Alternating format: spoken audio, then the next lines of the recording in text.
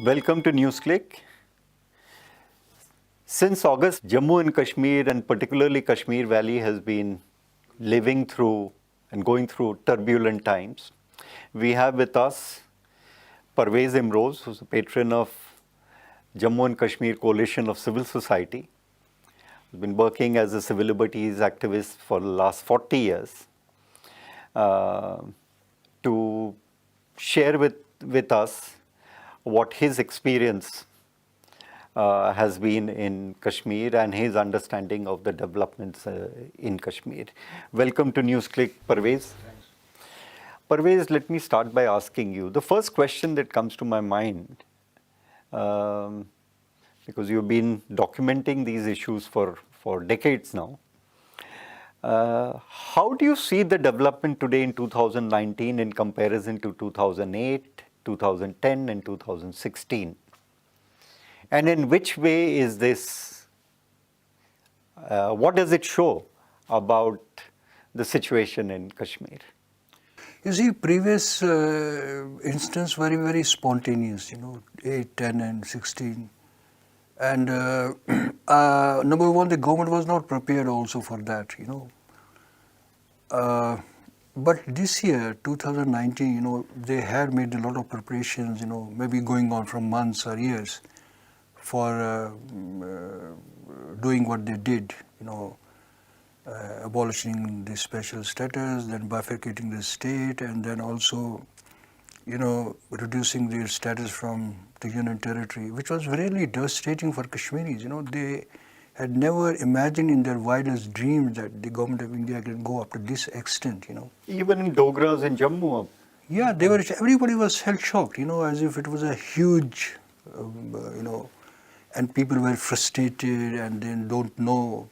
Though there were rumors earlier, they are up to going to do this thing, but nobody can believe that, So this time, since the government had already made huge preparations and deployment of the further troops there, CRPF, and we have the militarization there, but this is now the unprecedented, the way you have the army personnel, boots present everywhere on streets, highways, villages and everywhere, Even in residential colonies. Yeah, they're everywhere, I'm telling you that.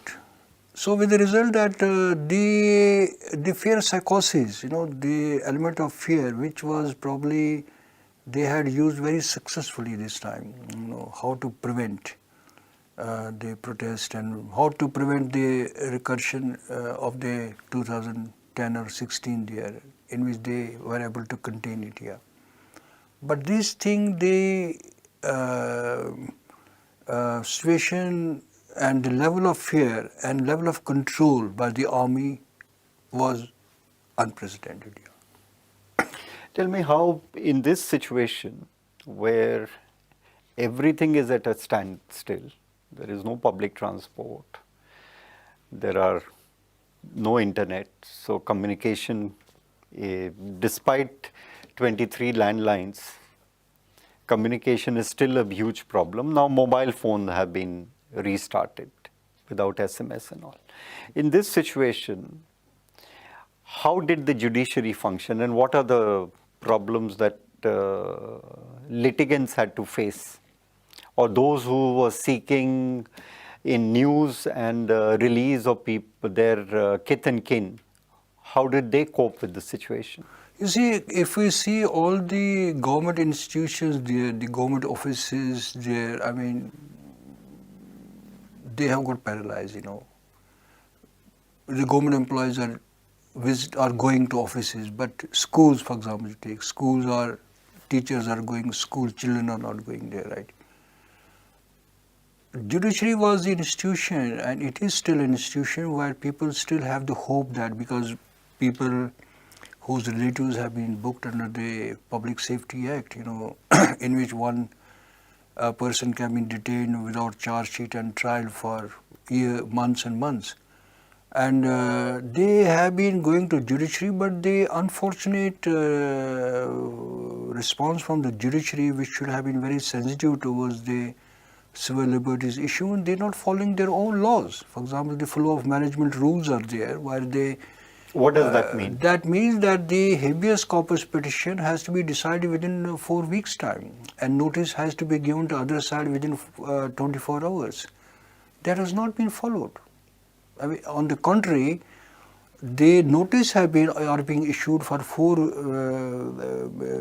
weeks, and then again it is listed, and again 4 weeks. I mean, it is really This is unprecedented. This is it makes the judicial institutions completely irrelevant, because if the judiciary is not following their own laws, and also, but people have no option, and they are going there. As far the other matters are concerned, for example, the 107, they have been arresting people under CRP. There's a provision where for breach of peace. Yeah, you can detain anybody, even you can detain for any politicians. length of time? Unless he's not going to give the bond, yeah. And they have to give the bond, and then even for the bonds, there is another. They have made some other laws there. They have to give. They are calling the youth whom they are arresting, because they have been arresting youth indiscriminately, even the juveniles in villages, and which are informal arrest, yeah. These are not recorded. They are not recorded. There's no FR. That only formal arrest is very limited. I told you 350 maybe in PSA, and then 107. But the indiscriminate detention in villages, in tehsils of the young people there, anybody who suspect. That's why the young people are not living in their homes. They go and stay at nights to other places there. So in that case, they have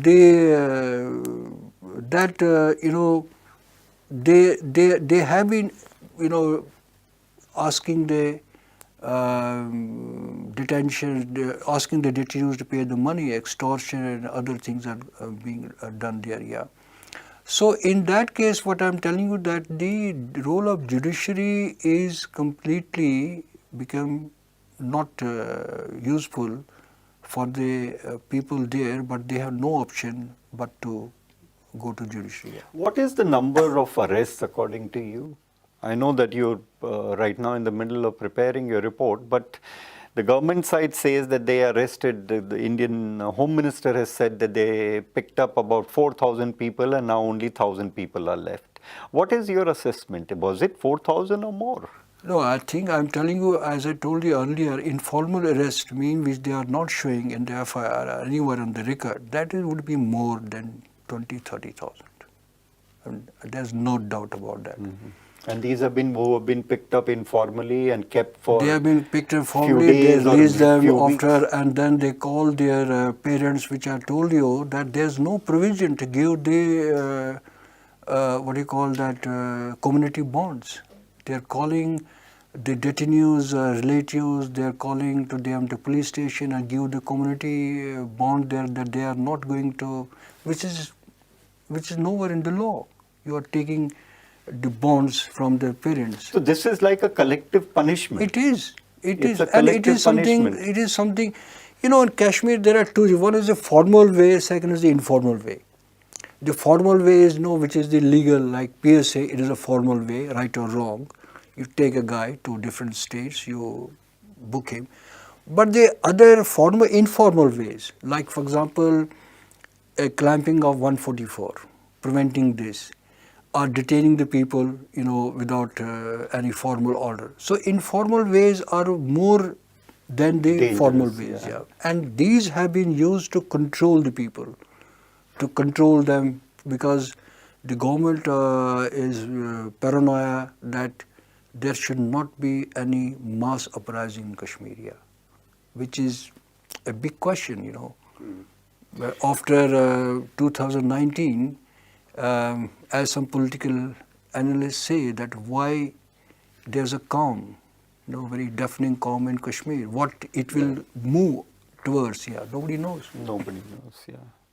At the same time, the government seems to be preparing for a spate of protests because CR the Central Reserve Police Force has been asked to collect non-lethal munitions, pellet guns, tear gas, etc., in order to meet the challenges that they expect to face very soon.